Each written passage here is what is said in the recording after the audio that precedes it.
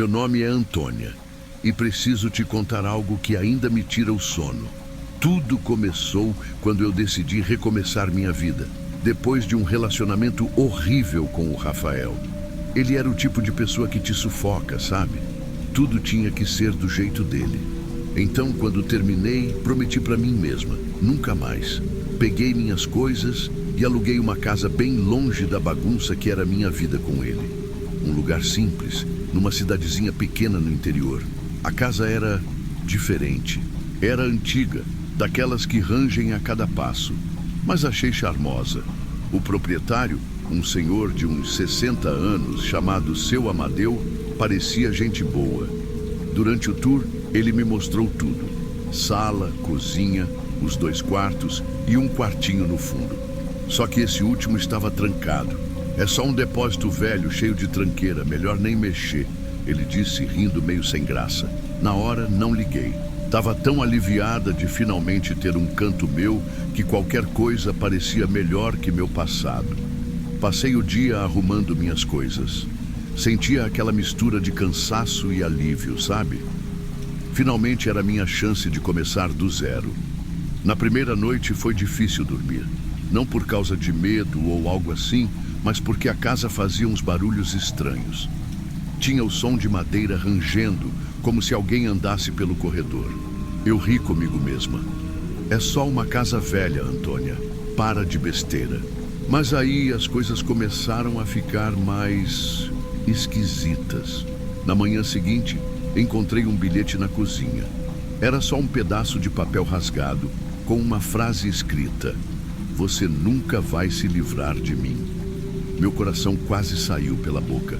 Rafael dizia isso o tempo todo, mas eu tentei me convencer de que era coisa da minha cabeça. Talvez fosse só uma coincidência. Os barulhos continuaram, sempre à noite, como passos leves, indo e vindo. E tinha algo no ar que eu não sabia explicar. Uma sensação de estar sendo observada, mas de novo tentei ignorar. Antônia, você tá paranoica. Relaxa, pensei. Até que 2 dias depois, outro bilhete apareceu. Dessa vez estava escrito: "Você é minha para sempre." Aí não tinha como ignorar mais. Era impossível. Senti meu corpo inteiro gelar. Depois daquele segundo bilhete, percebi que não dava mais para fingir que estava tudo bem. Tinha alguma coisa errada e eu precisava descobrir o que era. Minha mente foi direto para o Rafael. Será que ele sabia onde eu estava? Será que ele estava por perto? Só de pensar, já me dava vontade de sair correndo. Para tentar me distrair, decidi falar com alguns vizinhos. Achei que talvez eles pudessem me contar mais sobre a casa. Parei na porta de uma senhora simpática, Dona Cida.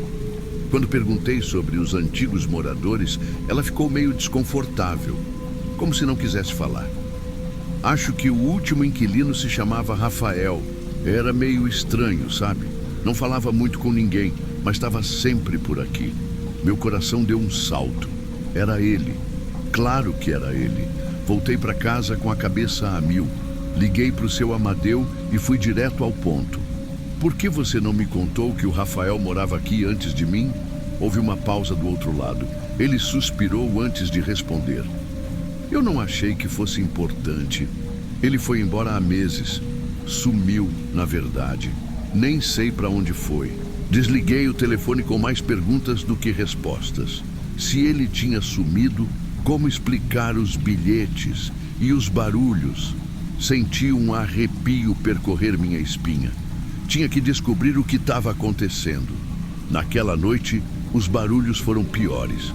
Parecia que alguém estava andando de um lado para o outro dentro do quarto trancado. Não consegui dormir. Cada vez que ouvia o som, meu coração disparava. Decidi que não dava mais. Peguei uma faca da cozinha e fui até o quarto. Tentei abrir a porta, mas estava trancada, claro. Usei toda a força para forçar a maçaneta, mas não consegui. Então, numa mistura de desespero e coragem que nem sei de onde tirei, dei uma porrada forte e consegui quebrar a fechadura. Quando a porta abriu, o cheiro me atingiu primeiro. Um cheiro abafado de coisa velha. No começo, parecia só um quartinho qualquer, cheio de caixas e entulho. Mas aí eu vi. Havia uma mesa com vários papéis espalhados e no canto uma câmera apontada direto para minha sala. Meu estômago revirou. Tinha também fotos minhas, desde o dia que me mudei. Algumas eram tão recentes que dava para ver a roupa que eu estava usando naquela manhã. No meio daquela confusão, achei um caderno. Era o diário do Rafael. Ele tinha descrito tudo. Os moradores anteriores, os planos para me fazer voltar para ele e como ele usava a casa para entrar e sair sem ser visto. De repente, os barulhos fizeram sentido. Ele estava ali. Rafael nunca tinha ido embora. Depois da descoberta no quarto, era como se minha casa tivesse se transformado num campo de batalha. Cada canto, cada sombra, parecia esconder o Rafael. Eu estava no limite, mas sabia que precisava agir rápido. Peguei o diário dele e todas as fotos. Se ele achava que ia continuar me controlando, ele tinha se enganado. No dia seguinte, fui até a delegacia. Contei tudo para o delegado, mostrei as provas, mas ele parecia mais preocupado com as formalidades do que com a minha segurança. Infelizmente, isso não é suficiente para uma ordem de prisão. Vamos investigar, mas sem algo concreto. Não há muito o que fazer. Saí de lá tremendo de raiva. Era como se ninguém acreditasse no perigo que eu estava correndo. E então, naquele momento, tomei uma decisão. Eu mesma ia resolver isso. Não ia passar mais uma noite naquela casa sem confrontá-lo. Quando voltei, tudo parecia normal. Mas ao entrar, senti um peso no ar, como se algo estivesse errado. Passei pela sala e meu coração quase parou. A porta do quarto trancado estava entreaberta. Ele tinha voltado. Rafael estava lá. Você acha que pode fugir de mim, Antônia? A voz dele veio do corredor. Grave, fria, mas com aquele tom controlado que eu conhecia tão bem. Ele apareceu com o mesmo olhar que me congelava durante o nosso relacionamento. Chega, Rafael! Gritei, tentando parecer mais confiante do que me sentia. Isso acaba hoje! Ele riu, um som baixo e carregado de desprezo. Acaba? Antônia, você sabe que não pode viver sem mim. Eu faço isso porque te amo. Amor? Aquilo não era amor. Era controle, era obsessão. Rafael começou a se aproximar e eu sabia que precisava pensar rápido. Minha mão foi direto para o bolso, onde eu tinha guardado meu celular. Apertei o botão de gravar e deixei ele continuar falando. Você acha que alguém vai acreditar em você? Eu sou mais esperto que todos eles. Essa casa é minha, você é minha. De repente, minha raiva superou o medo. Peguei um abajur que estava na mesa e joguei nele com toda a força. Ele caiu no chão xingando. Era a minha chance. Corri para a rua gritando por ajuda. Os vizinhos apareceram, atraídos pelo barulho. Um homem, seu Antônio, segurou Rafael enquanto eu chamava a polícia. Dessa vez, eles vieram rápido. Rafael foi algemado ali mesmo, ainda gritando que ia voltar, que isso não ia acabar. Mas eu sabia que, finalmente, ele tinha perdido. Na delegacia, entreguei tudo. As gravações, o diário, as fotos. As provas eram suficientes para garantir que ele fosse preso, pelo menos por um tempo. Mas a verdade é que eu sabia que a prisão não era o fim do meu medo. O que ele tinha feito comigo, as marcas que ele deixou, essas iam demorar para desaparecer. Decidi que não podia mais morar naquela casa. Voltei apenas para buscar minhas coisas. E enquanto caminhava pelos cômodos, senti um alívio misturado com tristeza. Aquela casa tinha sido meu refúgio e meu pesadelo. Antes de sair, olhei para o quarto trancado uma última vez. Era vazio agora, mas as lembranças dele ainda estavam lá. Com o tempo, comecei a reconstruir minha vida. Escolhi um apartamento pequeno, mas aconchegante, em outro bairro. Fiz terapia, voltei a trabalhar e, aos poucos, fui me reencontrando. Uma coisa que aprendi é que recomeçar não é fácil, mas é necessário. Hoje, quando olho para trás, sei que sou mais forte do que imaginava. Rafael tentou me quebrar, mas eu sobrevivi. E essa é a maior vitória. E para você que está ouvindo isso, só posso dizer uma coisa: nunca ignore os sinais. Se algo parece errado, é porque provavelmente está. E nunca, nunca deixe ninguém controlar sua vida.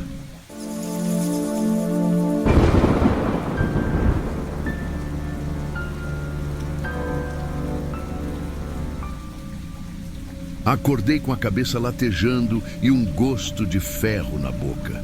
O cheiro de mofo era tão forte que parecia que eu respirava pó. Meus olhos demoraram a se acostumar à escuridão. Não sabia onde estava, só sentia as cordas apertando meus pulsos. Quando tentei me mexer, uma dor lancinante percorreu meu corpo. De repente, ouvi vozes. Eram graves, intimidadoras, discutindo algo lá fora. Tentei gritar, mas minha garganta estava seca. Ela não vai sair daqui enquanto ele não pagar, uma delas disse. Meu coração disparou. Quem eram eles? O que queriam de mim? Foi aí que entendi. Isso tinha a ver com Gustavo. Só podia ser. Eles entraram na sala. 2 homens, um alto e magro, com tatuagens que cobriam os braços. O outro, mais velho, de olhar vazio e cruel.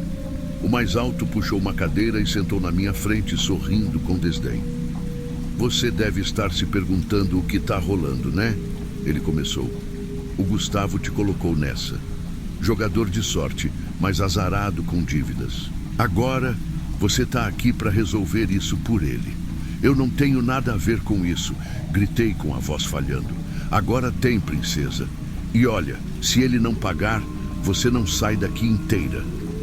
O pânico tomou conta. As lágrimas vieram sem que eu pudesse controlar.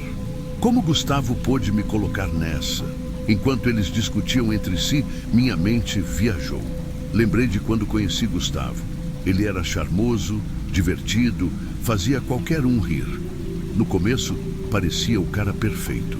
Trabalhava em uma empresa pequena, dizia que estava crescendo na vida, mas não demorou muito para eu perceber que tinha algo errado. Ele começou a pedir dinheiro. Primeiro era para resolver uma coisa no banco. Depois, para cobrir um investimento que deu errado. Sempre tinha uma desculpa. Um dia, sem querer, vi uma notificação no celular dele. Um aplicativo de apostas. Meu coração afundou. Isso é só por diversão, Mari. Nada demais. Ele disse quando confrontei. Mas logo percebi que era muito mais que diversão. Os meses seguintes foram um inferno. Gustavo estava sempre tenso, recebendo ligações estranhas. Até que uma noite, ele apareceu na minha casa, suando frio. Preciso de 10 mil agora. Eles vão me matar, ele implorou. Eu não tinha esse dinheiro, mas ajudei como pude. Vendi algumas coisas, peguei empréstimos e ele prometeu que ia resolver. Mas pelo visto, nunca resolveu. Agora, eu estava ali, amarrada, pagando por escolhas que nunca foram minhas. Os dias no cativeiro pareciam não ter fim. Eu não sabia se era dia ou noite, só sabia que a fome e o medo consumiam cada pedaço de mim. O quarto era um cubículo com paredes mofadas, um colchão sujo jogado no chão e um balde no canto que eu nem quero lembrar para que servia. Os homens vinham de tempos em tempos, trazendo comida que mal passava de um pão velho e água morna. O mais velho, que eles chamavam de Almeida, era o pior. Sempre que ele entrava, eu sentia meu estômago revirar. Gustavo vai pagar ou não? Ele perguntou numa dessas vezes, me encarando com os olhos frios. Eu não sei. Ele não atende minhas ligações, respondi, tentando manter a calma. Então começa a rezar, garota, porque quando o prazo acabar, é você que vai pagar no lugar dele. A outra parte do tempo, eu passava sozinha, tentando não enlouquecer. Meu corpo doía de tanto ficar naquele chão duro, mas o que doía mais era o pensamento de que Gustavo sabia disso e ainda assim me deixou aqui. Ele sabia o que estava acontecendo e preferiu salvar a própria pele. Foi durante uma conversa entre os sequestradores que tudo ficou ainda mais claro. Estava deitada, fingindo dormir, quando ouvi Almeida e o cara tatuado falando na porta. Ele sabia que iam levar ela? Perguntou o tatuado. Claro que sabia. Ele aceitou. Melhor ela do que ele, né? Almeida respondeu soltando uma risada seca. Meu coração parou por um instante. Então era isso. Gustavo não só sabia que eu seria sequestrada como permitiu. Eu era a moeda de troca dele. As lágrimas vieram como uma enxurrada. Como alguém que dizia me amar podia me trair assim? As memórias começaram a vir como um filme passando rápido na minha cabeça. As noites em que ele dizia estar resolvendo tudo, as desculpas, os sorrisos falsos, tudo era mentira. A raiva começou a crescer, abafando o medo. Eu precisava sair dali, mas mais do que isso, eu precisava fazer Gustavo pagar por tudo que ele fez. Mas como eu ia conseguir sair daquele inferno viva? Depois daquela conversa, algo mudou em mim. Eu não podia mais esperar que alguém me salvasse. Se eu quisesse sair dali viva, precisava fazer alguma coisa. Foi quando vi uma oportunidade. O tatuado, que parecia o menos violento, deixou o celular em cima de uma mesa enquanto conversava com Almeida. Meu coração disparou. Aquela podia ser minha única chance. Quando ele saiu da sala por alguns minutos, me arrastei, ainda com as mãos amarradas, e consegui pegar o celular. Era difícil digitar com as cordas, mas usei o nariz para desbloquear e abrir as mensagens. Enviei o que consegui. Clara, fui sequestrada, me ajuda. Não chama Gustavo, chama a polícia. Voltei o celular para o lugar no instante em que ouvi passos voltando. Meu coração quase saiu pela boca. Sentei no chão e fingi estar apática do jeito que eles esperavam me ver. Os minutos seguintes foram de puro terror. Será que Clara ia ver a mensagem? E se visse, será que acreditaria? Eu só tinha que torcer para que ela entendesse o recado. O silêncio daquela noite foi interrompido por um barulho ensurdecedor. Sirenes. Meu coração disparou. Eles tinham vindo. A polícia estava ali. Almeida correu para fora, xingando e gritando ordens, enquanto o tatuado tentava me arrastar para fora da casa. Se mexer, eu te mato agora, ele gritou, apontando uma arma para mim. Mas antes que pudesse fazer qualquer coisa, o som de passos correndo e vozes firmes encheu o lugar. A polícia invadiu o cativeiro e, em segundos, os 2 sequestradores estavam rendidos no chão. Quando um dos policiais se aproximou para me desamarrar, eu desabei. O alívio e o trauma vieram de uma vez só. Depois de ser levada à delegacia, soube que Clara tinha visto a mensagem e agido rápido. Ela chamou a polícia, que conseguiu rastrear o celular usado pelos sequestradores. Mas nem tudo terminou ali. Gustavo foi encontrado dias depois e preso por envolvimento com os agiotas. O pior? Descobrir que a dívida dele ainda me seguia. Para garantir minha liberdade, tive que assumir parte da dívida. Era como se, mesmo fora do cativeiro, eu continuasse presa. Estar livre não significava estar em paz. A experiência no cativeiro me deixou marcas que não sumiriam tão cedo. Eu mal conseguia dormir à noite, e cada barulho mais alto fazia meu coração disparar. As contas que assumi por causa do Gustavo só me lembravam que, de certa forma, eu ainda pagava pelos erros dele. Passei semanas tentando juntar os pedaços de mim mesma. A terapia se tornou uma necessidade, não uma escolha. Lá descobri que não só precisava superar o trauma do sequestro, mas também aprender a perdoar a mim mesma por ter confiado em alguém como ele. Era difícil aceitar que eu ignorei os sinais, que me deixei levar por promessas vazias. Clara, minha amiga, foi um anjo nesse processo. Ela não só me salvou com aquela mensagem, mas também esteve ao meu lado em cada etapa. Se não fosse por ela, eu nem sei se estaria aqui para contar essa história. Hoje, olho para tudo isso como uma lição dolorosa, mas necessária. Aprendi a ouvir minha intuição, a reconhecer os sinais que antes ignorei. Não posso mudar o que aconteceu, mas posso garantir que nunca mais vou me colocar em uma posição tão vulnerável. Para quem ouve minha história, só tenho uma coisa a dizer: nunca ignore os sinais. Às vezes, o amor cega, mas ele não pode ser desculpa para tolerar mentiras e traições. Eu sobrevivi, mas nem todos têm a mesma sorte. Se você perceber que algo está errado, corra, antes que seja tarde demais. Essa foi minha história. Uma história de dor, superação e, acima de tudo, sobrevivência. O cativeiro acabou, mas as cicatrizes que ele deixou são lembranças de que, mesmo nos momentos mais sombrios, ainda é possível encontrar uma saída.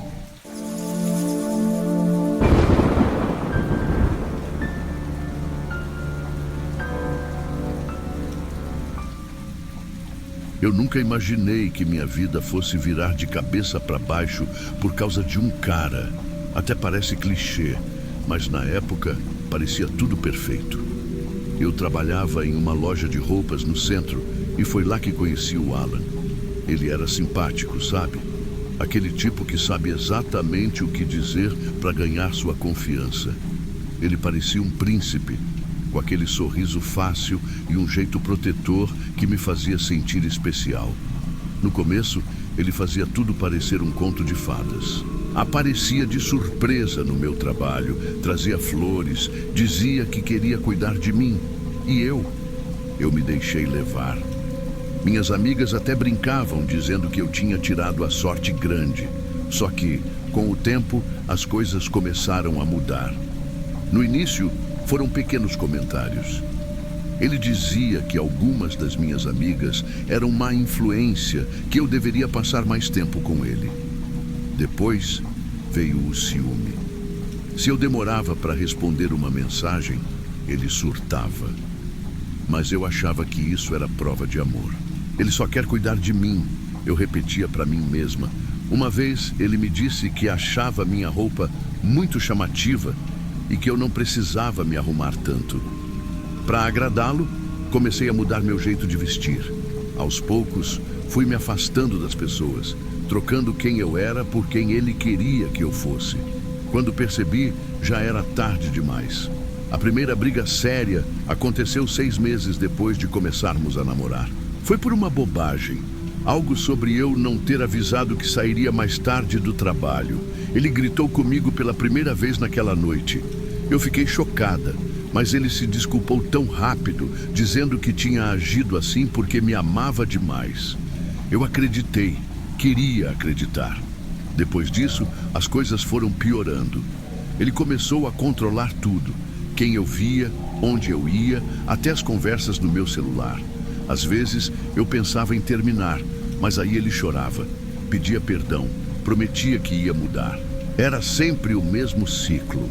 Ele me colocava lá em cima e, em seguida, me derrubava com palavras cruéis ou atitudes estranhas.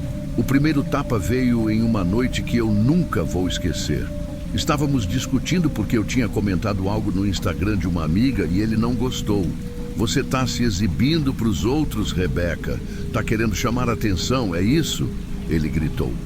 Eu tentei argumentar, mas ele me deu um tapa no rosto. A dor física foi menor do que a vergonha. Eu chorei e ele caiu de joelhos pedindo desculpas. Disse que foi um momento de fraqueza, que nunca mais ia acontecer. E eu, burra, acreditei. Porque no fundo, eu queria que ele fosse o mesmo cara pelo qual me apaixonei no começo. Aquela noite ainda me assombra. Tudo começou com mais uma das brigas que já tinham virado rotina. Alan estava com ciúme de um colega de trabalho que comentou em uma foto minha. Eu nem respondi ao comentário, mas para ele isso era motivo suficiente para me acusar de traição. Ele chegou em casa exaltado, me pegando de surpresa. Eu tentei manter a calma, explicar que não tinha nada de errado, mas ele não queria ouvir. Ele começou a gritar, apontando o dedo na minha cara. Eu recuei, senti o pânico tomando conta, mas ele não parava. Ele me chamou de tudo que você pode imaginar. Meu coração parecia que ia explodir. Quando ele avançou, eu sabia que não seria só mais um tapa. Ele me segurou pelo braço com força, tão forte que deixou marcas. Você acha que pode me enganar, Rebeca? Que eu sou idiota? Ele gritava. Eu implorava para ele parar, mas isso só parecia deixá-lo mais nervoso. Tentei me soltar, peguei meu celular para chamar ajuda, mas ele arrancou o aparelho da minha mão e o jogou contra a parede. "Você não vai chamar ninguém!" ele gritou. Foi aí que eu achei que ia morrer. Ele me empurrou contra o sofá e começou a me ameaçar, dizendo que se eu tentasse sair, ele ia acabar comigo. Eu estava encurralada. De repente, ouvi um barulho na porta. Era meu pai. Ele entrou sem avisar, como se soubesse que algo estava errado. Quando ele viu Alan me segurando daquele jeito, ficou parado por um segundo, só um segundo, e então ele avançou. Meu pai era o tipo de homem calmo, mas naquela noite ele parecia outra pessoa. "Larga a minha filha agora!" ele gritou, com uma voz que eu nunca tinha ouvido antes. Alan soltou meu braço, mas ao invés de recuar, ele tentou enfrentar meu pai. Eu lembro de gritar para eles pararem, mas ninguém me ouviu. Alan partiu para cima do meu pai e os dois começaram a brigar no meio da sala. Meu pai, apesar da idade, tinha força. Ele desferiu um soco que fez Alan cambalear, mas isso só deixou Alan ainda mais furioso. Foi uma confusão de gritos, golpes e móveis quebrados. Enquanto eles lutavam, eu fiquei paralisada. Era como se meu corpo não obedecesse. Só quando ouvi Alan cair no chão e gemer de dor, eu consegui me mover. Meu pai estava em pé, ofegante, olhando para mim. "Você tá bem?" ele perguntou. Mas antes que eu pudesse responder, o som de sirenes cortou o silêncio. Os vizinhos, provavelmente alarmados pelos gritos e barulhos, tinham chamado a polícia. Quando os policiais encontraram Alan no chão, com o rosto ensanguentado, e meu pai ainda com os punhos cerrados. Meu pai foi levado algemado, enquanto eu tentava explicar desesperadamente que ele só tinha me defendido. Naquele momento, parecia que minha vida tinha virado de cabeça para baixo de vez. Os dias seguintes foram um borrão de sentimentos confusos. Eu me sentia culpada, arrasada e, ao mesmo tempo, grata. Meu pai estava preso, esperando o julgamento, e tudo que eu conseguia pensar era: isso é minha culpa. Mesmo assim, ele me ligava da cadeia sempre que podia, e a única coisa que dizia era: "Você está segura? É isso que importa." Enquanto isso, Alan, como sempre, fazia o papel de vítima. Ele se recuperou rápido fisicamente, mas aproveitou a situação para me atacar emocionalmente de outras formas. Ele contratou um advogado que fazia questão de colocar meu pai como um homem violento e descontrolado. Pior, Alan ainda tentou me manipular, mandando mensagens pelas redes sociais, dizendo que meu pai estragou tudo e que eu deveria assumir minha parte na culpa. Eu sabia que ele estava jogando comigo, mas ainda doía. No dia do julgamento, meu coração parecia que ia sair pela boca. Meu pai entrou no tribunal de cabeça erguida, mesmo com as algemas nos pulsos. Já eu sentia meu mundo desmoronando. Alan estava lá, com um curativo no rosto, fingindo ser o grande prejudicado da história. Durante o depoimento dele, ele chorou. Um teatro tão bem feito que quase me convenceu. Mas aí chegou a minha vez de falar. Eu respirei fundo e decidi que não ia deixar o medo me calar. Contei tudo. Cada palavra ofensiva, cada ameaça, cada tapa. Mostrei as fotos dos hematomas, as mensagens controladoras. Disse ao juiz e ao júri que meu pai tinha agido para salvar minha vida. Porque se ele não tivesse chegado naquela noite, eu poderia não estar ali para contar a história. O advogado do meu pai foi brilhante. Ele trouxe vizinhos para testemunhar que ouviram meus gritos, mostrou as provas de abuso e desmontou a versão de Alan. No final, o juiz deu o veredito. Meu pai foi considerado culpado, mas com atenuantes, o que reduziu a pena para algo simbólico. Ele cumpriria o restante em liberdade condicional. Alan, por outro lado, foi denunciado por violência doméstica. Foi um alívio, mas também um lembrete de que o trauma ainda estava longe de acabar. Depois daquele dia, comecei a juntar os pedaços da minha vida. Não foi fácil. Por um tempo, eu não conseguia sair de casa sem olhar por cima do ombro, com medo de que Alan estivesse me esperando. Mas, com a ajuda do meu pai e de um terapeuta incrível, eu fui reconstruindo quem eu era. O mais difícil foi enfrentar minha própria culpa. Durante muito tempo, eu me perguntava como deixei as coisas chegarem a esse ponto. Mas a verdade é que o abuso te cega. Ele te prende em um ciclo de medo e esperança, e você acha que pode consertar o outro. Eu precisei aprender que o único erro que cometi foi confiar em alguém que nunca mereceu. Meu pai e eu ficamos mais próximos do que nunca. Ele, que sempre foi meu porto seguro, me disse uma coisa que nunca vou esquecer.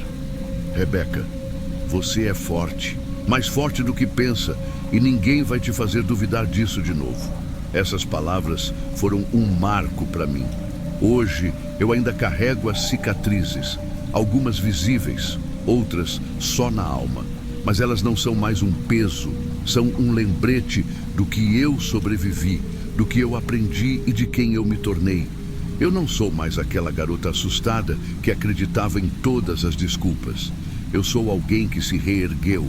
E se tem algo que eu posso dizer para quem está ouvindo essa história, é isso.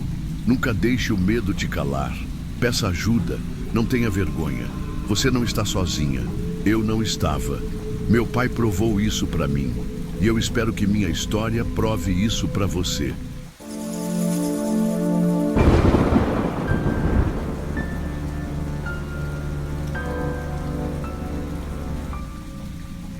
Eu nunca achei que estaria aqui contando essa história, mas algumas coisas são difíceis de deixar para trás.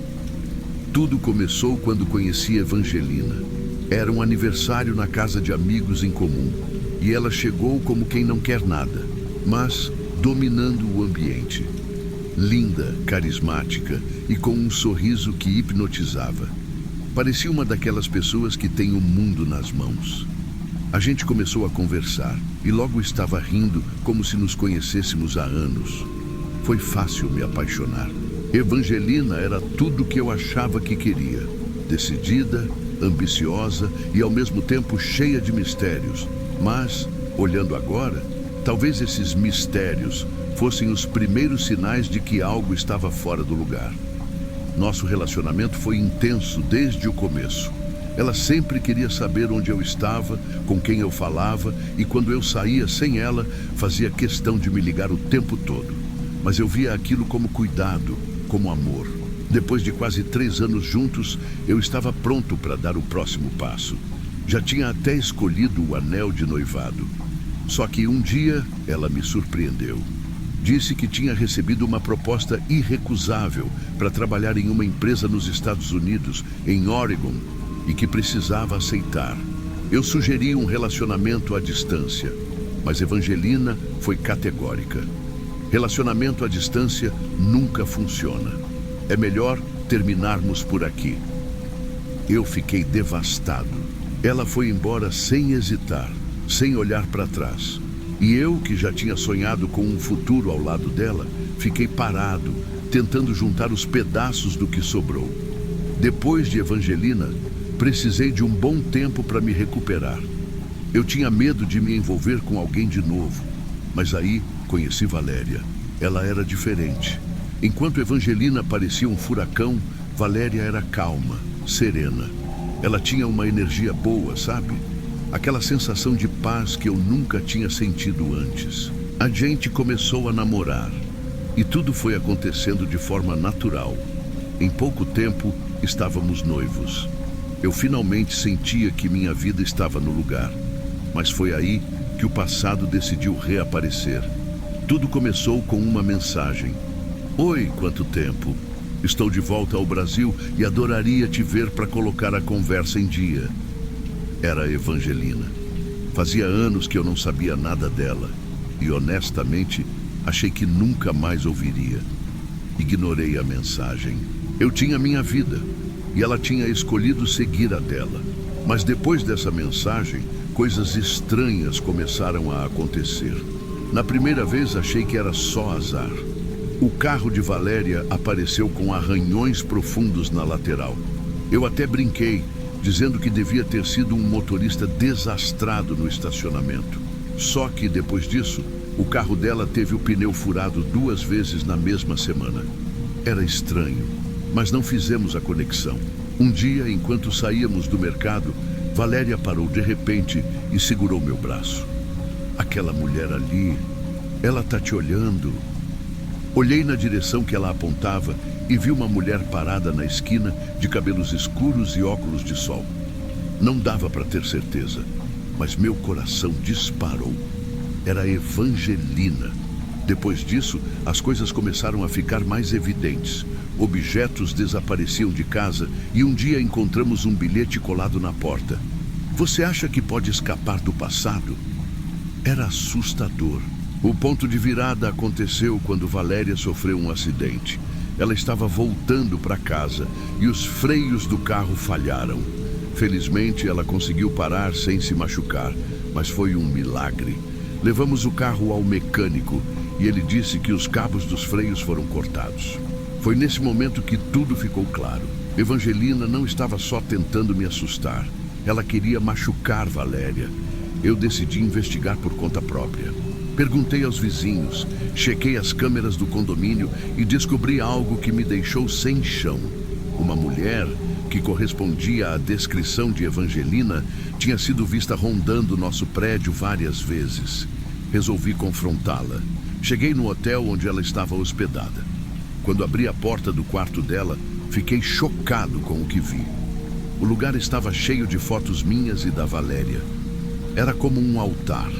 Havia também bilhetes com palavras desconexas, como se ela estivesse planejando algo. Você está louco por invadir meu espaço assim, ela gritou. Mas eu não estava mais com medo. Exigi explicações. Evangelina começou a rir. Você não entende, não é? Eu sempre soube que você era meu. Valéria nunca foi nada além de um obstáculo. O olhar dela era vazio. E ela começou a falar de forma desconexa sobre como o destino tinha trazido ela de volta para mim. Foi aterrorizante perceber que Evangelina realmente acreditava nisso. Saí dali e levei tudo à polícia. A polícia conseguiu as provas necessárias graças às câmeras de segurança que instalamos em casa. Elas mostraram Evangelina tentando invadir a garagem novamente. Isso foi suficiente para conseguir uma medida protetiva contra ela. Apesar disso, o impacto psicológico foi devastador. Valéria ficou traumatizada e nosso relacionamento nunca mais foi o mesmo. Eu também carreguei um peso enorme. Saber que ignorei tantos sinais antes me fez questionar minhas próprias decisões. Essa história é uma lembrança constante do quanto a obsessão pode ser perigosa. E por mais que eu prefira nunca mais pensar em Evangelina, ela continua sendo um exemplo do que acontece quando alguém não consegue aceitar o fim.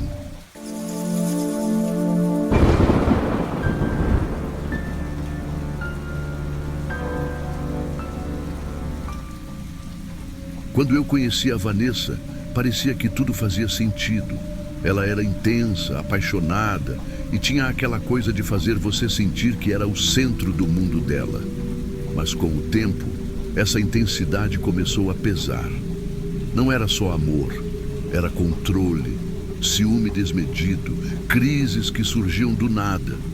No início, eu tentava entender, justificava. Ah, é o jeito dela, ela só me ama demais. Mas as coisas saíram do controle. Teve um dia, e eu lembro como se fosse ontem, em que ela apareceu no meu trabalho. Eu tinha dito que ia trabalhar até mais tarde, e ela simplesmente apareceu lá para ver se eu estava mentindo. Quando a vi esperando no estacionamento, com aquele olhar que misturava raiva e desespero, eu percebi que não dava mais. Depois de um barraco que quase me custou o emprego, decidi terminar. Não foi fácil.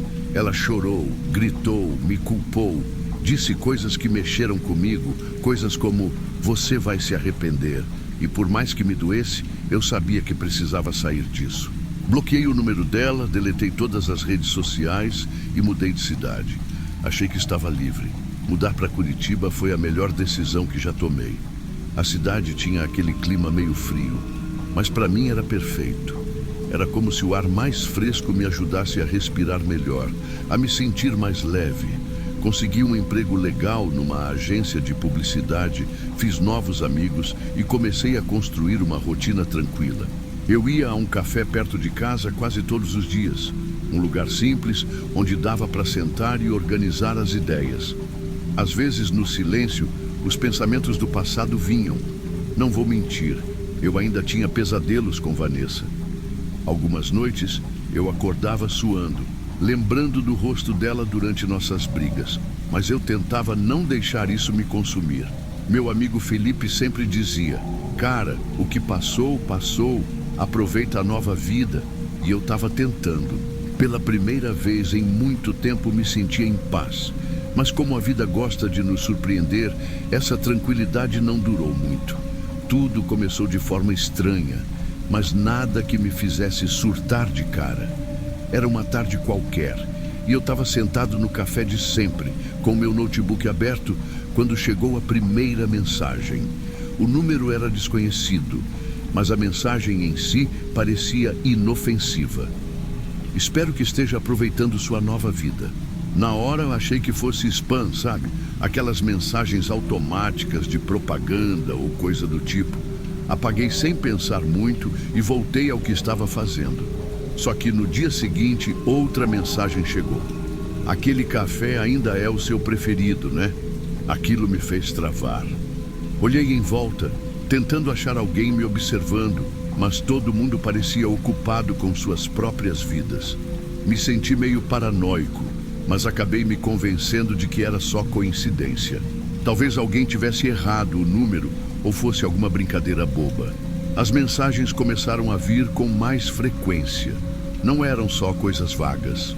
Elas mencionavam lugares que eu frequentava, como o mercado da esquina ou o trajeto que fazia para o trabalho. Tá ficando tarde para voltar para casa sozinho, não acha? Uma dessas chegou enquanto eu ainda estava na rua, e foi aí que comecei a me preocupar de verdade. Decidi investigar. Não sou nenhum especialista em tecnologia, mas com um pouco de pesquisa e a ajuda do Felipe, consegui rastrear o número. Quando o nome associado ao registro apareceu, meu coração quase parou. Era dela, Vanessa. Eu fiquei sem reação por alguns segundos. Não pode ser, não tem como. Minha cabeça deu um nó. Será que ela tinha criado um número falso? Será que estava me stalkeando de algum jeito? Liguei para um conhecido em comum, o Rafael, que ainda mantinha contato com algumas pessoas do nosso círculo antigo. Foi ele quem me deu a notícia.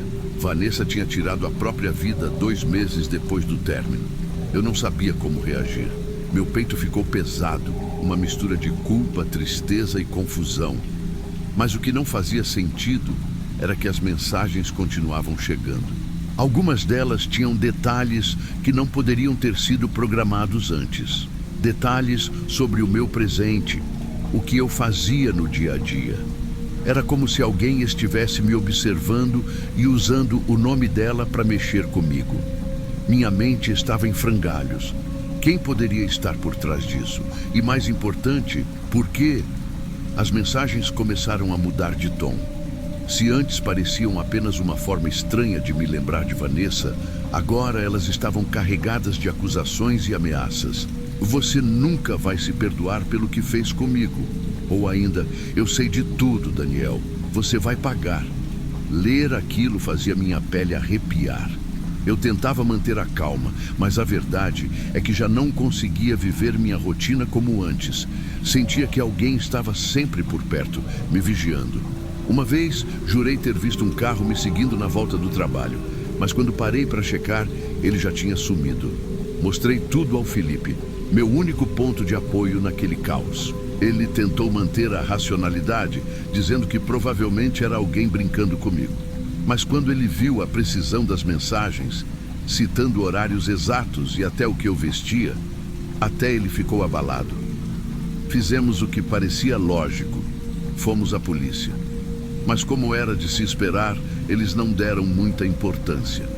Sem provas concretas ou algo que configurasse um crime, só recomendaram que eu ficasse atento. Saí de lá com um nó na garganta e a sensação de que estava por minha conta. Foi quando comecei a notar mais coisas estranhas. Meu apartamento parecia revirado, mas nada de valor sumia. Pequenos objetos, como uma caneta ou uma chave, estavam fora do lugar. Certo dia, recebi uma mensagem que dizia: "Aquele quadro não combina com a sua sala. Já pensou em tirar?" Olhei para a parede e o quadro estava lá, como sempre. Mas saber que alguém esteve ali, no meu espaço, me fez perder o sono. Decidi que não ia mais ficar de braços cruzados. Tinha que descobrir quem estava por trás disso. Passei dias vasculhando minhas lembranças, tentando entender como alguém poderia ter acesso a tantos detalhes da minha vida. Foi quando lembrei de algo que Vanessa tinha dito numa das nossas brigas. "Você nunca vai conseguir se esconder de mim." Na época achei que fosse só drama, mas agora fazia todo sentido. Mexendo nas minhas coisas, encontrei algo que quase passei despercebido. Um pequeno dispositivo preso na parte inferior do painel do meu carro.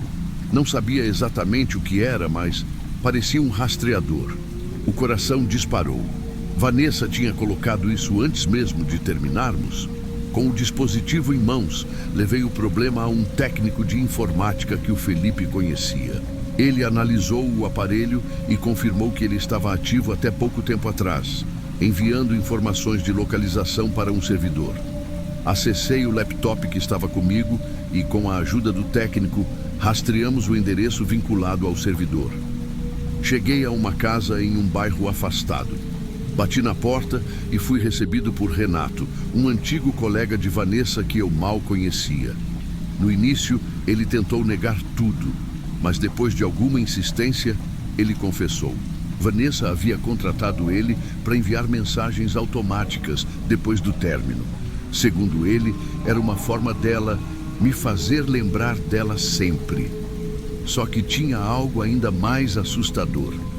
Renato revelou que após a morte de Vanessa, ele continuou enviando mensagens por conta própria, usando informações do rastreador. Disse que só queria fazer justiça por ela, mas nada justificava o quão longe ele tinha ido. Eu estava sentado no sofá de Renato, tentando processar tudo o que ele havia confessado. O cara não parecia arrependido. Pelo contrário, ele tinha um olhar frio, quase satisfeito por ter me torturado nos últimos meses. "Você não faz ideia do quanto ela sofreu por sua causa", ele disse, sem nenhum traço de empatia. Minha cabeça girava. Vanessa estava morta, mas o peso da culpa que ele jogava sobre mim era sufocante. Só que algo não fazia sentido. As mensagens que ele admitiu ter enviado tinham um padrão, mas e aquelas com detalhes recentes? Confrontei ele sobre isso e Renato hesitou. Foi a primeira vez que o vi perder a compostura.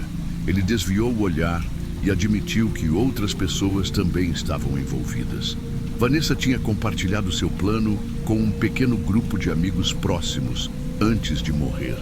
Um deles aparentemente resolveu levar adiante a ideia dela de me fazer sofrer, mesmo depois que Renato desistiu.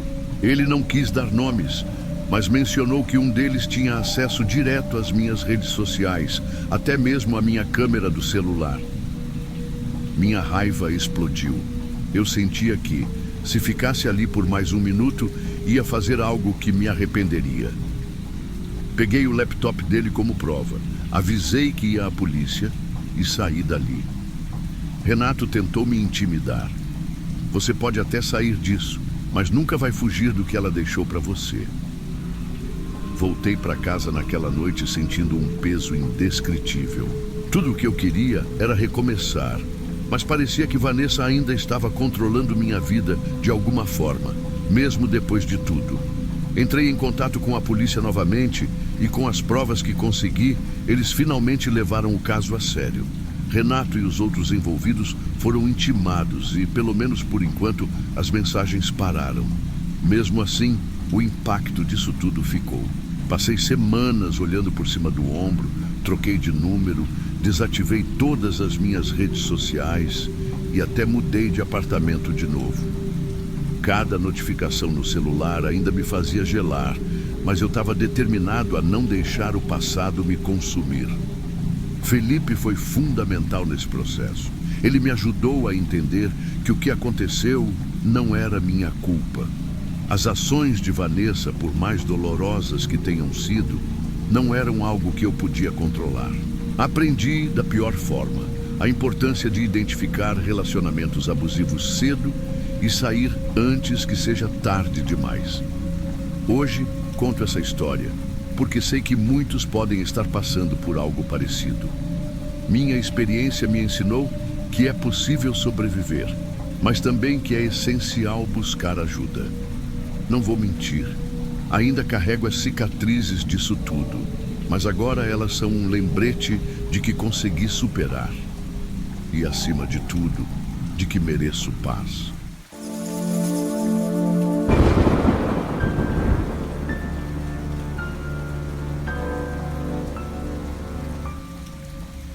Eu nunca fui de acreditar em contos de fadas. Na real, a vida nunca foi fácil e eu sabia que não existia príncipe encantado. Mas quando conheci o Patrício, parecia que Deus tinha resolvido me dar uma trégua. Ele era carismático, super atencioso e tinha aquele jeitinho de quem se importava com tudo que eu dizia. No início, ele parecia perfeito, sabe? A gente se conheceu em um churrasco de amigos em comum. Eu estava na minha, quieta, só observando, até ele chegar e puxar assunto. Lembro de como ele me elogiou, dizendo que minha risada era contagiante e que eu parecia uma pessoa muito especial. Quem não ficaria mexida com isso, né? Ele era daquele tipo que abre a porta do carro, manda mensagem de bom dia todo santo dia e faz questão de te lembrar o quanto você é linda. E eu caí direitinho. Depois de alguns meses, o Patrício começou a passar mais tempo na minha casa. Ele dizia que adorava a tranquilidade do meu apartamento pequeno e que sentia paz ali. Na época, eu achava fofo. Ele dizia que a gente tinha sido feito um para o outro e já fazia planos para casar. Mas, olhando agora, vejo que ele estava marcando território. Começou com comentários pequenos, tipo: você devia usar menos maquiagem, sua beleza é natural. Ou seus amigos não te valorizam como eu. Era sutil, mas o suficiente para mexer comigo. Quando descobri que estava grávida, fiquei apavorada. Não era planejado, mas Patrício parecia animado. Ele dizia que ia ser o melhor pai do mundo e que ia cuidar de mim e do bebê. Foi ali que eu decidi me entregar totalmente àquela relação, achando que ele realmente era o homem da minha vida. A gravidez foi uma montanha-russa. Patrício parecia estar em todos os lugares ao mesmo tempo, cuidando de mim e do bebê que ainda nem tinha nascido. Ele ia comigo às consultas, comprava tudo que a gente precisava e até dizia que ia ser o pai mais presente do mundo. Mas foi nesse período que comecei a perceber umas coisas estranhas. Ele começou a insistir para eu largar meu emprego. Fernanda, você precisa descansar e pensar na nossa família. Eu cuido de tudo, ele dizia. No início, achei que era só preocupação, mas logo percebi que ele estava me isolando. Ele começou a implicar com minhas amigas. Elas só querem te ver solteira, não querem seu bem, ele repetia. Aquelas pequenas insinuações começaram a virar proibições. Quando a Isabela nasceu, eu achei que tudo ia melhorar. Mas foi o contrário. Patrício mudou completamente. Ele ficou distante e, ao mesmo tempo, mais controlador. Começou a reclamar do meu jeito de cuidar da nossa filha. Se eu saía do quarto porque Isabela estava chorando, ele dizia que eu era negligente. Se eu ficava o tempo todo com ela, ele dizia que eu estava obsessiva. Nada do que eu fazia estava certo. Ele passou a mexer no meu celular, a vigiar quem ligava e a questionar todas as mensagens que eu recebia. Um dia, percebi que ele tinha respondido uma amiga minha se passando por mim. Ele escreveu coisas horríveis e ela, claro, se afastou. Aos poucos, ele estava me isolando de todo mundo, mas eu ainda não enxergava isso claramente. Depois que a Isabela nasceu, parecia que minha vida tinha encolhido. Eu estava sempre dentro de casa, cuidando dela e tentando não irritar o Patrício. Ele dizia que o mundo lá fora era perigoso e que tudo que eu precisava estava ali com ele. No começo, eu achava que ele estava preocupado com a gente, mas com o tempo, fui percebendo que era outra coisa. Ele tinha mania de controlar cada detalhe do que eu fazia. O que eu vestia, com quem eu falava, até como eu cuidava da nossa filha. Teve um dia em que ele explodiu porque encontrou um número desconhecido no meu celular. Era do pediatra da Isabela, mas na cabeça dele, eu estava traindo ele. Foi uma briga tão feia que eu acabei chorando no banheiro com Isabela no colo, sem saber o que fazer. Meus amigos já não apareciam mais. Minha mãe, coitada, tentou me alertar várias vezes.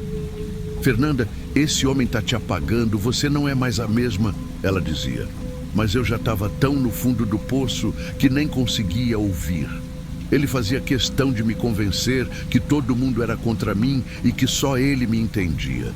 E no meio daquele caos, eu acreditava. Eu sabia que precisava sair daquela situação, mas tinha medo. Ele vivia ameaçando. Se você me deixar, nunca mais vai ver a Isabela. Eu tenho os contatos certos. Você não vai ter chance. Eu sabia que ele podia cumprir. Ele tinha amigos influentes e não tinha medo de usar isso para me intimidar. Cada dia parecia mais difícil respirar. A gota d'água veio numa noite em que ele me pegou falando ao telefone com a minha mãe. Ele chegou furioso, arrancou o celular da minha mão e começou a gritar que eu estava jogando ele contra a família. Foi a briga mais feia que a gente já teve. Ele me empurrou e naquele momento algo dentro de mim estalou. Eu sabia que, se continuasse ali, alguma coisa muito pior ia acontecer. Não era mais só sobre mim, era sobre proteger a Isabela. No dia seguinte, enquanto ele estava no trabalho, eu juntei as poucas coisas que podia carregar, peguei Isabela e fui direto para a casa dos meus avós. Lembro da sensação de entrar naquele portão e ver minha avó me abraçando. Foi como se, pela primeira vez em meses, eu conseguisse respirar. Claro que Patrício não deixou barato. No mesmo dia, ele me encheu de mensagens e ligações, dizendo que ia acabar comigo. Ele falava que eu era ingrata, que ele tinha feito tudo por mim e que eu era a culpada de tudo dar errado. Eu bloqueei o número dele, mas o medo continuava. Eu sabia que ele ia tentar algo. Os primeiros meses foram difíceis. Eu estava quebrada emocionalmente e financeiramente. Mas, com o apoio dos meus avós, consegui me reerguer aos poucos. Voltei a trabalhar, fiz novas amizades e comecei a reconstruir minha vida. Eu ainda olhava por cima do ombro toda vez que saía de casa, mas estava decidida a não deixar ele me destruir. O tempo passou e a vida começou a entrar nos eixos.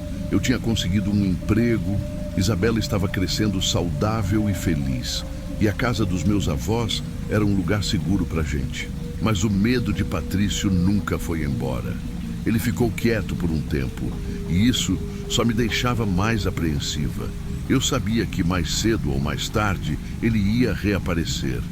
E foi exatamente o que aconteceu. Numa tarde qualquer, recebi uma ligação da escola da Isabela. Só de ouvir a voz da diretora do outro lado, meu coração gelou. Fernanda, o pai da Isabela está aqui.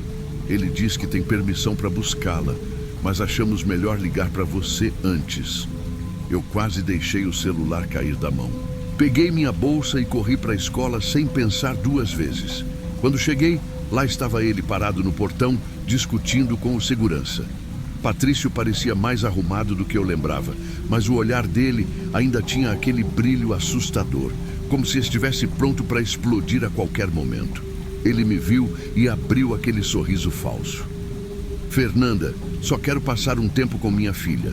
Qual o problema nisso? Eu tentei manter a calma, mas estava tremendo por dentro. Você não tem direito de buscá-la sem minha autorização, eu disse, tentando parecer firme. Ele deu de ombros, como se aquilo não fosse nada. Tudo bem, vou resolver isso na justiça, ele disse antes de ir embora. Só que eu sabia que o problema não era a justiça, era ele. Patrício nunca jogava limpo.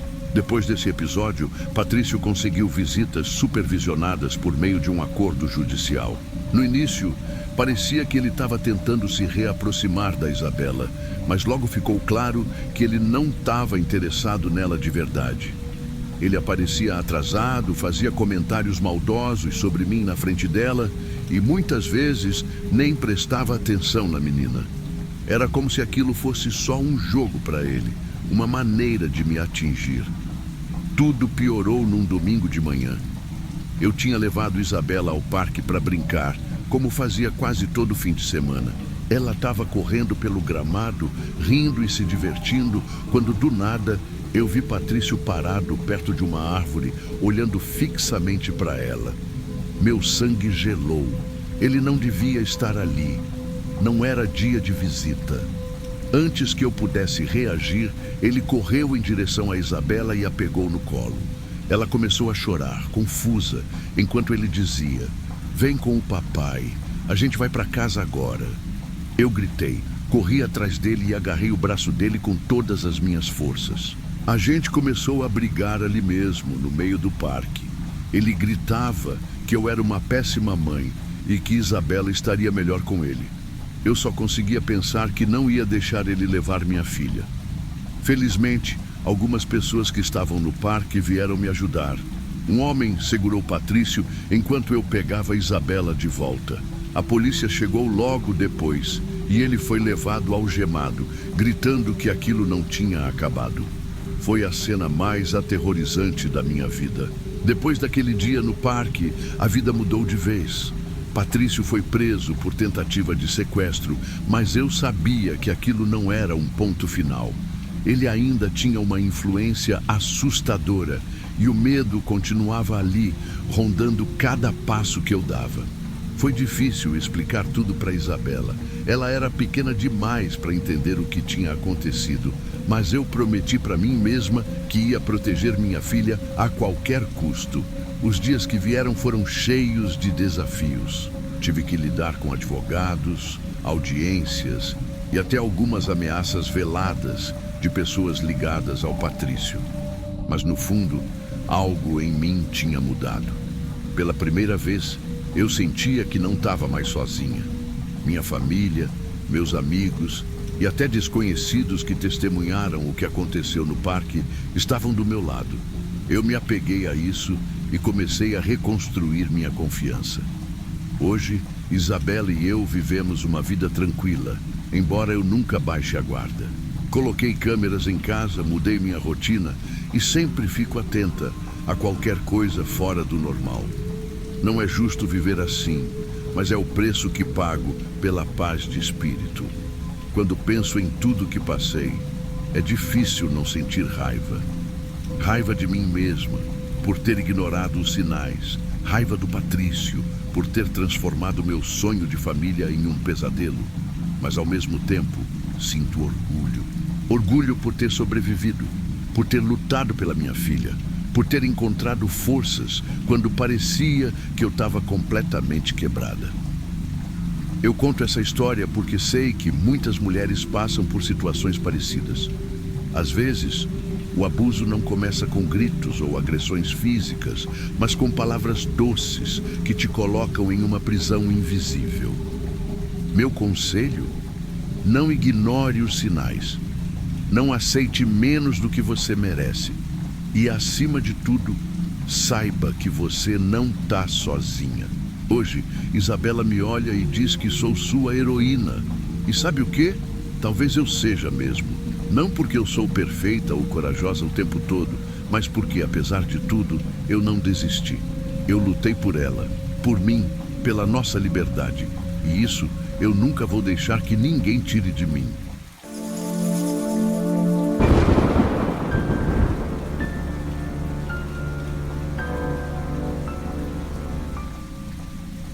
Sabe aquele tipo de pessoa que só de olhar parece carregar o peso do mundo nas costas? Foi assim que Letícia apareceu na minha vida. Era uma manhã abafada no Rio e eu estava num evento comunitário que meu amigo insistiu para eu ir. A gente ajudava famílias carentes, distribuindo cestas básicas e conversando com quem precisava de apoio. Foi ali que eu vi ela pela primeira vez. Letícia estava sentada num canto, segurando uma garrafa d'água e olhando para o chão. Parecia deslocada, como se nem quisesse estar ali. Quando nossos olhares se cruzaram, senti um aperto no peito. Não sei explicar. Algo naquele olhar vazio me deixou curioso. "Oi, tudo bem?" Eu disse, tentando quebrar o gelo. Ela levantou os olhos devagar e deu um sorriso tímido. "Mais ou menos, mas quem tá bem de verdade hoje em dia, né?" Respondi com uma risada meio nervosa e me sentei ao lado dela. Nos primeiros minutos de conversa, ela já me contou que a vida não tinha sido fácil. Disse que perdeu os pais cedo, foi criada por parentes que a tratavam mal e, como se não bastasse, tinha perdido um bebê recém-nascido há 2 anos. Falava com uma dor tão real que eu quase não consegui reagir. Me senti um idiota reclamando das minhas pequenas frustrações. "Desculpa te jogar isso assim, é que às vezes parece que ninguém quer ouvir, sabe?" Disse ela, com os olhos marejados. Aquilo mexeu comigo. Antes que eu percebesse, já tinha pedido o número dela e prometido que a gente ia se falar mais. Nas semanas seguintes, começamos a nos encontrar. Letícia parecia outra pessoa quando sorria. Tinha um jeito doce, mas sempre vinha acompanhado de um peso, como se a felicidade fosse algo que ela só permitia de vez em quando. Num dos nossos encontros, ela apareceu com um hematoma no braço. Perguntei o que tinha acontecido e ela respondeu que o ex-namorado era um homem violento que não aceitava o fim da relação. Ele me ameaçou ontem. Disse que se eu não voltasse para ele, ia se vingar de alguma forma. Eu fiquei indignado. Senti uma vontade quase desesperada de protegê-la, mesmo sem conhecer toda a história. Mas enquanto os dias passavam, algumas coisas começaram a não fazer sentido. Letícia mudava detalhes das histórias que me contava. Uma hora dizia que o bebê tinha morrido por um erro médico. Na outra, falava de uma doença rara. Eu tentei justificar isso para mim mesmo. Talvez fosse o trauma, né? Às vezes, a memória bagunça as coisas. Só que o mistério só aumentava. Um dia, ela apareceu com uma bolsa de grife que claramente não cabia no orçamento dela. Quando perguntei onde tinha conseguido, ela deu uma risada nervosa e disse que era presente de uma amiga antiga. Eu não insisti, mas a pulga ficou atrás da orelha. Algo não estava certo. Com o tempo, comecei a reparar que Letícia evitava falar sobre o passado dela, principalmente sobre a família. Quando perguntava sobre os pais ou a irmã, ela desconversava ou mudava de assunto. Isso só aumentava minha curiosidade, mas eu me sentia culpado por desconfiar dela. Afinal, quem era eu para julgar alguém que tinha passado por tanto? Uma noite, enquanto Letícia dormia, meu celular vibrou com uma mensagem dela. Estranho, né? Era uma notificação atrasada de um número que ela tinha apagado, mas ainda estava vinculado a uma conversa no WhatsApp. Não resisti e abri. A mensagem dizia: "Já falei para você parar de falar de mim para ele. Você quer que tudo dê errado de novo?" Meu sangue gelou. Quem era essa pessoa e o que Letícia estava escondendo? Decidi investigar. No dia seguinte, procurei pelos vizinhos dela. Alguns deles pareciam hesitantes, mas uma mulher mais velha, Dona Cida, falou mais do que eu esperava. "Letícia, aquela menina é encrenca. Já teve confusão com ela aqui umas 3 vezes. Dizem que é boa de conversa, mas ninguém confia muito." Resolvi ir mais fundo. Consegui o contato da irmã dela, Mariana, que morava em outro bairro. Quando liguei, Mariana foi direta. "Você tá namorando a Letícia? Então presta atenção no que eu vou te falar." Mariana contou que Letícia tinha um histórico de manipulação e mentira. Disse que a história do bebê era inventada e que ela usava isso para fazer as pessoas sentirem pena dela. E o pior, Letícia tinha agredido ex-parceiros no passado. Ela é perigosa, Gabriel. Não cai nessa conversa dela. Ela sempre encontra um jeito de virar a vítima. Eu mal conseguia acreditar no que ouvia. Tudo o que eu pensava sobre ela parecia desmoronar. Voltei para casa decidido a confrontar Letícia. Quando ela chegou, eu estava com os documentos que tinha achado no apartamento dela. Letícia, a gente precisa conversar.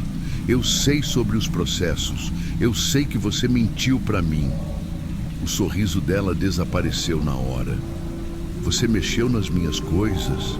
Ela perguntou com os olhos cheios de raiva.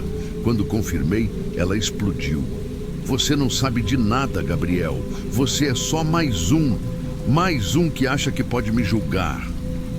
Antes que eu pudesse reagir, Letícia pegou uma garrafa e jogou na minha direção. Eu tentei desviar, mas ela avançou para cima de mim, me empurrando contra a parede. Naquele momento percebi que ela era muito mais perigosa do que eu imaginava. Eu acordei com o som de sirenes e luzes piscando pela janela. Estava no chão da sala, com uma dor insuportável na cabeça. Os vizinhos tinham chamado a polícia quando ouviram a confusão. Letícia foi algemada e levada embora enquanto eu era colocado numa ambulância. No hospital, me contaram que ela tentou resistir à prisão e ameaçou os policiais, dizendo que eles iam se arrepender. Aquilo me deixou ainda mais tenso. Mesmo com ela longe, eu não conseguia me sentir seguro.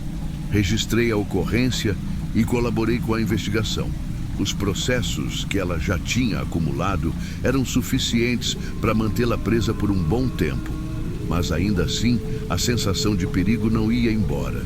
Hoje, olhando para trás, percebo como fui ingênuo. Letícia sabia exatamente como manipular as pessoas.